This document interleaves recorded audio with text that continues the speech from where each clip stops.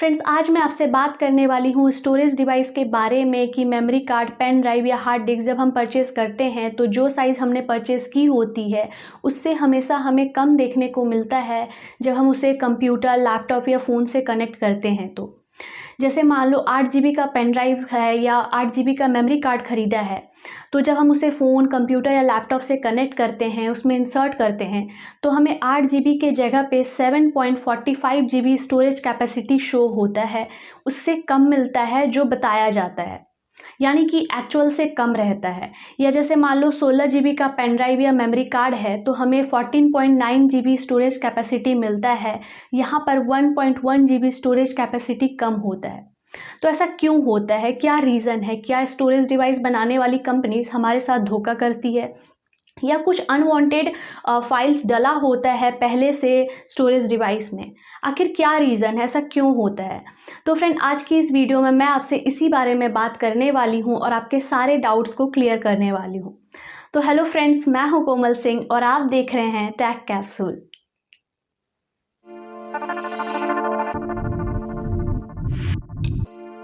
तो friends, storage device का जो एक्चुअल साइज़ होता है, जितना उन डिवाइसेस पर लिखा होता है उससे हमेशा कम स्पेस क्यों मिलता है, क्या रीज़न है, ये जानने से पहले ये जानना ज़रूरी है कि कितना स्टोरेज कैपेसिटी है किसी भी स्टोरेज डिवाइस का, ये हमें कैसे पता चलता है। तो फ्रेंड्स, ये पता चलता है मेमोरी यूनिट्स की वजह से।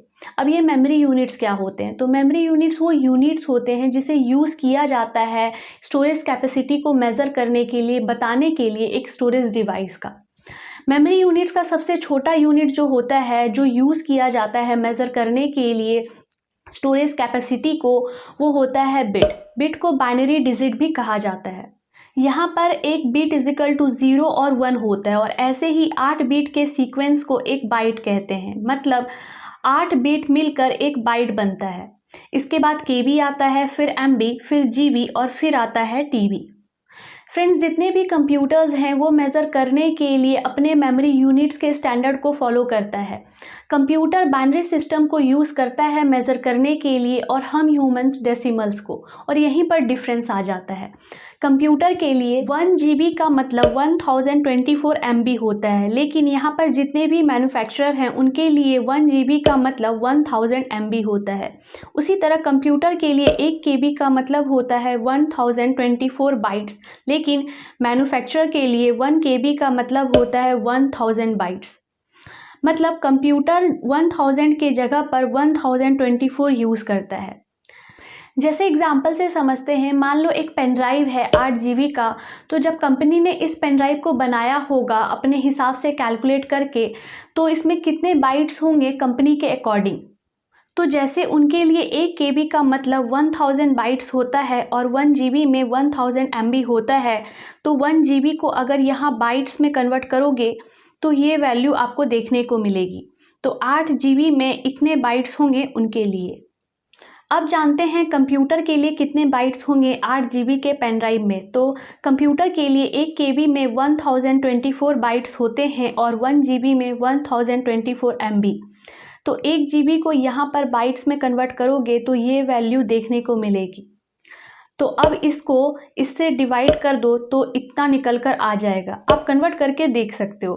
तो मैन्युफैक्चरर के लिए 8 GB के स्टोरेज डिवाइस में इतने बाइट्स होते हैं, इसलिए वो ऐसा एडवर्टाइज करते हैं, और कंप्यूटर के लिए इतने, इसलिए हमें कंप्यूटर में इतना शो होता है। तो यहाँ पर आप डिफरेंस देख सकते हैं। तो इसलिए एक्चुअल स्टोरेज कैपेसिटी आपको कम देखने को मिलता है कंप्यूटर में, क्योंकि कंप्यूटर यहाँ पर अपने मेमोरी यूनिट्स के स्टैंडर्ड को फॉलो करता है मेज़र करने के लिए, ना कि मैन्युफैक्चरर द्वारा बनाए गए स्टैंडर्ड को।